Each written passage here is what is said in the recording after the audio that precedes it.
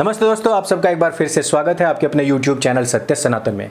आज हम बात करने वाले हैं किस प्रकार से आईएसआईएस के आतंकवादियों ने, जो कि तिहाड़ जेल में बंद थे, उन्होंने आरोप लगाया है कि हम लोगों की पहले तो खूब धर करके कुटाई की गई और उसके बाद में हमसे जय श्री राम के नारे लगवाए गए।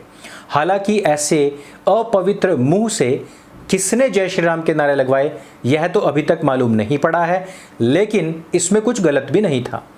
अगर ये बात ज्यों के त्यों ही होती, वहां पर बंद इन आईएसआईएस के 9 आतंकवादियों के ऊपर ये इल्जाम था कि वो जाफराबाद, सीलमपुर से लेकर के मेरठ, लखनऊ समेत पूरे उत्तर प्रदेश में जगह जगह पर बम विस्फोट करने वाले थे।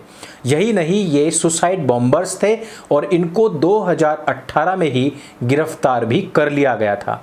उसके बाद में इनको बचाने के लिए पूरे देश और विदेशों से मजहबी लोगों का जमावड़ा भी लगा और बहुत सारे शांति दूतों के जो वकील थे उन्होंने काफ़ी सारा मैनेजमेंट भी किया था इनको बचाने के लिए, लेकिन वो अभी तक भी बच नहीं पाए। उसके बाद में हमने देखा कि किस प्रकार से 2017 के बाद से ही जय श्री राम के नारे को बदनाम करने के लिए जगह जगह पर काफ़ी सारी ऐसी वीडियोस बनाई गई जानबूझकर जबरदस्ती, जहां पर कोई भी किसी से कोई नारा नहीं लगवा रहा था, लेकिन फिर भी जबरदस्ती ये बताया गया कि किस प्रकार भारतवर्ष में मुसलमानों को पीटकर जय श्री राम के नारे लगवाए गए हैं। और उन नारों के एवज में संसद में कई बार हमारे प्रधानमंत्री तक ने भी आंसू बहाए हैं। अब उनको यही लग रहा था कि आने वाले हैं इलेक्शन और इस तरीके से दबाव बनाया जा सकता है, तो हम यहां पर जय श्री राम का नारा बीच में घुसेड़ करके अपना एक विक्टिम कार्ड खेल लें। हमारे गुप्त सूत्रों से जो हमें जानकारी मिली है वो ये है कि उनको पीटा तो अवश्य ही भले गया हो, लेकिन उनसे जय श्री राम के नारे नहीं लगवाए गए। असल बात यह थी कि इन जिहादियों को वहां पर काफी डर लग रहा था। वो हामिद अंसारी के बहुत बड़े फैन भी थे और बीच बीच में वो कहते रहते थे कि भारत में मुसलमान डरा हुआ है, डर का माहौल है। इस डर से उबारने के लिए वहां पर जो उनके संगी साथी थे उन्होंने उनको एक मंत्र सुझाया। उन्होंने कहा कि किसी भी प्रकार का कोई भी डर क्यों ना हो, यदि आप हनुमान चालीसा पढ़ना शुरू कर देंगे तो आपके भीतर का डर निकल जाएगा। डरे हुए लोगों ने चालीसा पढ़ने की काफी कोशिशें तो की, लेकिन बीच बीच में काफी सारी त्रुटियां वो करते रहे। ऐसे समय में एक शिक्षक की भांति उनकी कुटाई कर दी गई, जिसको लेकर के उन्होंने इसका बड़ा ही हव्वा मचाया। पहले तो वो खुद ही डर से निजात पाना चाहते थे और जब डर की दवा बता दी गई उससे वो भागने लगे। बीच में घुसे हुए वकीलों ने उनसे कहा कि यहाँ पर हनुमान जी का नाम लेने से काम नहीं चलेगा, यहाँ पर आपको जय श्री राम का नारा ही बताना पड़ेगा, तभी जाकर के विक्टिम कार्ड खेला जा सकता है। तो डरे हुए हामिद अंसारी जी की बात पर चलते हुए इन आतंकवादियों ने इस तरीके का ये पूरा का पूरा ड्रामा रचा है। वैसे हामिद अंसारी से मुझे याद आया कि उनका जो भतीजा है आजकल बड़े ही संकटग्रस्त उसके जीवन के पल गुजर रहे हैं। आप लोगों को पता ही होगा कि किस प्रकार से पंजाब की कांग्रेस नीति सरकार ने उसको बचाने की बहुत सारी कोशिशें की। मुख्तार अंसारी नहीं आएगा, मुख्तार अंसारी बहुत डरा हुआ है, मुख्तार अंसारी बीमार है, लेकिन आखिरकार सुप्रीम कोर्ट की फटकार खाने के बाद में पिंकी दीदी की सारी कोशिशें जो नाकाम हुई, उसके बाद में योगी जी ने मुख्तार अंसारी यानी कि हमारे पूर्व उपराष्ट्रपति हामिद अंसारी जी के भतीजे जी को पकड़ करके वो लेकर आए और यहां पर उन्होंने उसको एक कोठरी में फेंक दिया।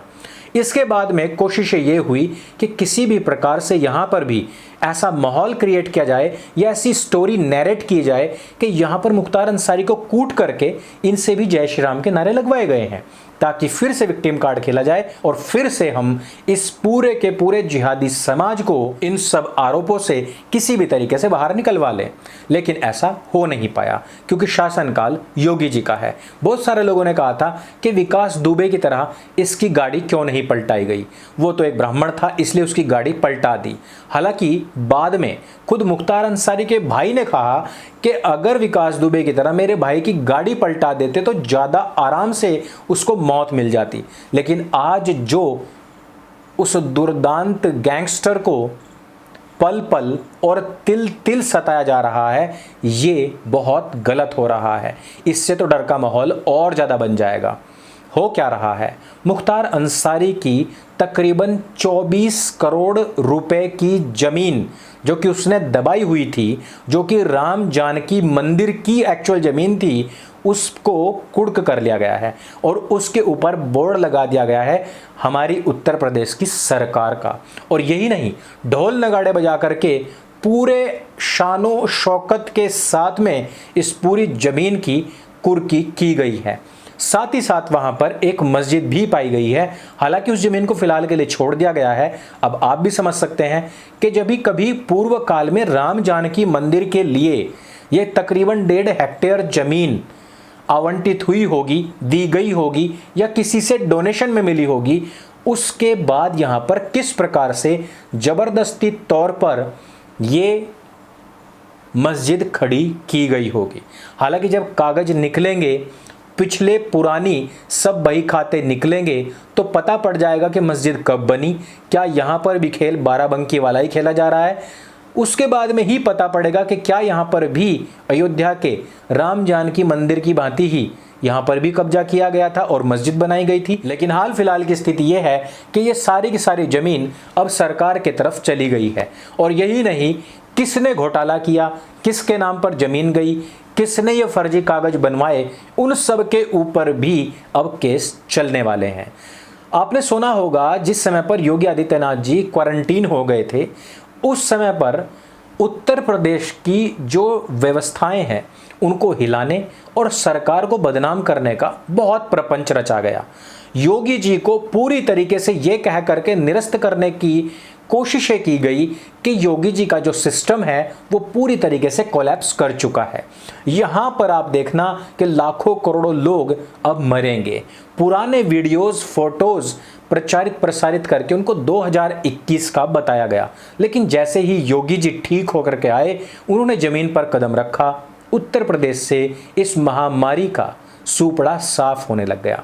अभी तक जितने भी वैक्सीनेशन प्रोग्राम्स यहाँ पर हुए हैं, जिस प्रकार से लगातार जो मजदूर है पंजीकृत, उनके अकाउंट्स में पैसा जा रहा है, जिस प्रकार से रेहड़ी पटरी वाले लोगों तक भी पैसा पहुंचाया जा रहा है, राशन व्यवस्था हो, चाहे वो मेडिसिन की हो, चाहे फिर लॉकडाउन की हो, जिस प्रकार से एकदम सटीक फैसले उत्तर प्रदेश की सरकार ले रही है, जिस प्रकार से योगी सरकार को बदनाम करने वालों के घरों में ही सेंधमारी करके उन्होंने जो प्रमुख और युवा चेहरे थे उनको अपनी पार्टी में वो खुद ही ले आए हैं। इन सब से हमें लगता है कि अब विपक्ष की और उन धूर्त लोगों की जिन्होंने की बदनाम करने का पूरा प्रपंच रचा हुआ था, टूल किट तैयार की हुई थी, अब उनके अंतिम दिन काउंटिंग में आ चुके हैं।